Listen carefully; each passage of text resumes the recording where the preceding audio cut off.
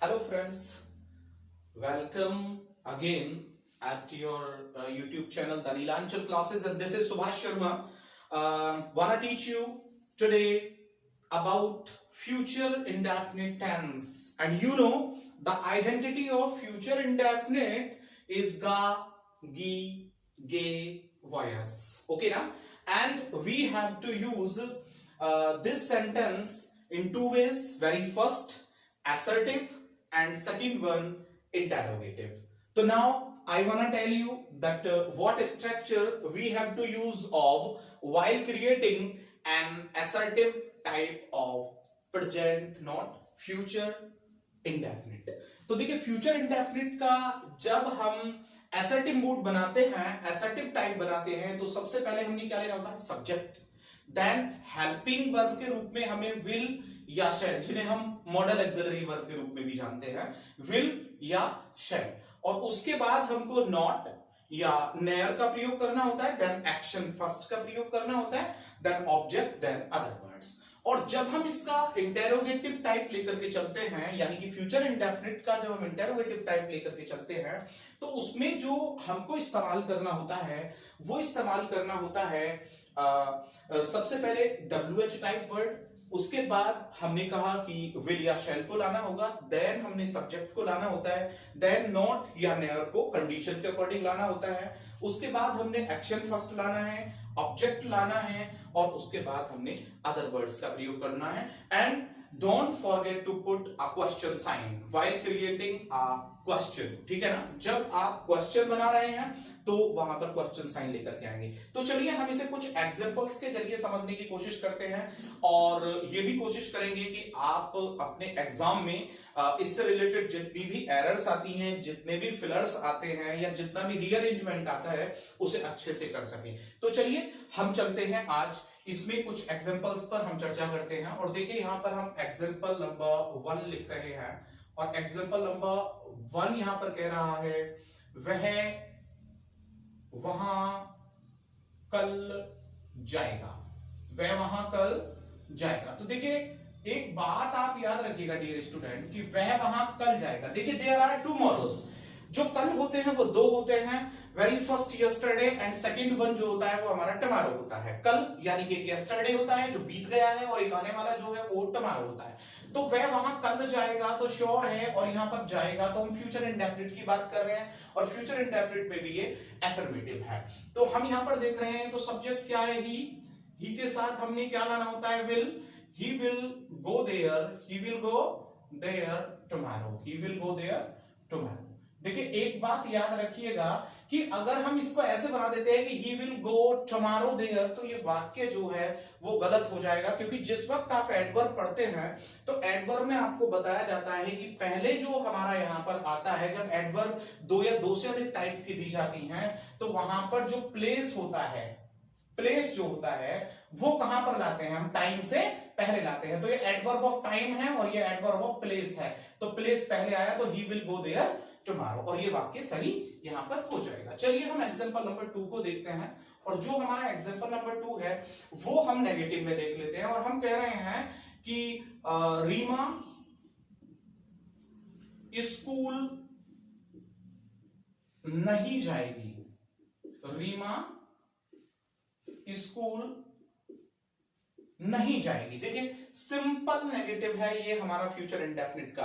Reema school नहीं जाएगी तो श्योर है कि रीमा, और हेल्पिंग वर्ब के रूप में आप क्या लाएंगे? यहां पर हम लाए रीमा, और रीमा के साथ हमने विल लाना है, रीमा विल नॉट और go to school, Reema will not go to school. इसे स्ट्रक्चर के अकॉर्डिंग देखिए यहां पर सब्जेक्ट रीमा है, हेल्पिंग वर्ब या मॉडल एक्सिलरी विल है, नॉट है, एक्शन फर्स्ट गो, और कहां नहीं जाएगी? टू स्कूल, एडवर्ब के रूप में। Reema will not go to school. तो ये वाक्य यहां पर हमारा इस प्रकार से बनेगा। और चलिए हम यहां पर नंबर 3 को देखते हैं, और नंबर 3 यानी कि हमने जैसा कि बताया था कि इसमें नॉट या नेयर का प्रयोग कंडीशन के अकॉर्डिंग हम करेंगे, तो इसमें कंडीशन कभी नहीं के लिए जब होगा तो हम नेयर लेकर के आएंगे। जैसे कि मैं चाय कभी नहीं पीऊंगा, मैं चाय कभी नहीं पीऊंगा। अब जरा यहां पर देखिएगा, मैं चाय कभी नहीं पीऊंगा, और जब यहां पर बोला कि मैं चाय कभी नहीं पीऊंगा, तो आपको बताया गया है कि विल और शेल का प्रयोग आई और वी के साथ होता है, जबकि अन्य सभी नाउन या प्रोनाउंस के साथ हम विल का प्रयोग करते हैं। लेकिन आपने देखा होगा कि जब हम अवश्य शब्द ले आते हैं या कभी नहीं ले आते हैं, तो वो अवश्य का प्रतिनिधित्व करता है वहां पर। तो जब हम अवश्य ला रहे हैं, तो मैं चाय कभी नहीं पीऊंगा मतलब मैं अब चाय कभी नहीं पीऊंगा, और अवश्य हो गया। तो यहां पर आई के साथ हम सेल ना लगा के क्या लगाए, I will never take tea, I will never take tea, यानी कि मैं चाय कभी नहीं पीऊंगा। अब देखिए यहां से हम नंबर 4 की बात करें तो हम सिंपल क्वेश्चन देखते हैं कि जो सिंपल क्वेश्चन है वो हमारा क्या कह रहा है। और जो सिंपल क्वेश्चन है उसमें हम देख लें, जैसे कि क्या आज वर्षा होगी। अब हमने देखा कि क्या आज वर्षा होगी, तो क्या आज वर्षा होगी, तो देखिए क्या आज वर्षा होगी, ये सिंपल फ्यूचर इंडेफिनिट है और उसमें भी ये इंटेरोगेटिव है सिंपल। तो क्या आज वर्षा होगी, तो हम क्या करेंगे, विल, और वर्षा नेचुरल है तो विल इट सब्जेक्ट के रूप में it, will it rain today, will it rain today, क्या आज वर्षा होगी। तो चलिए अब हम देखते हैं यहां से जो WH टाइप में हमने कुछ एग्जांपल देख लेते हैं, और एग्जांपल नंबर 5 की हम बात करते हैं। और एग्जांपल नंबर 5 यहां पर कह रहा है कि हरीश अंग्रेजी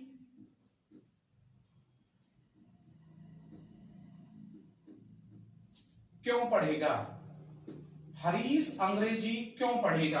तो देखिए यहां पर WH हमारा यहां पर ऑलरेडी वाई है, तो हम देखेंगे कि why will Harish, why will Harish study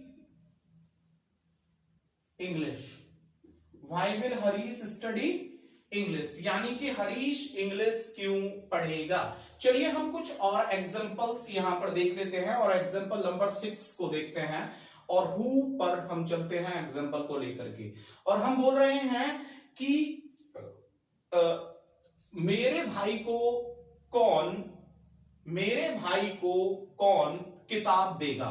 तो मेरे भाई को कौन किताब देगा, जरा वाक्य देखिए, मेरे भाई को कौन किताब देगा, जरा वाक्य पर गौर दीजिएगा, मेरे भाई को कौन किताब देगा। ओके, अब यहां पर बात है कि कौन किताब देगा, तो श्योर है कि हु विल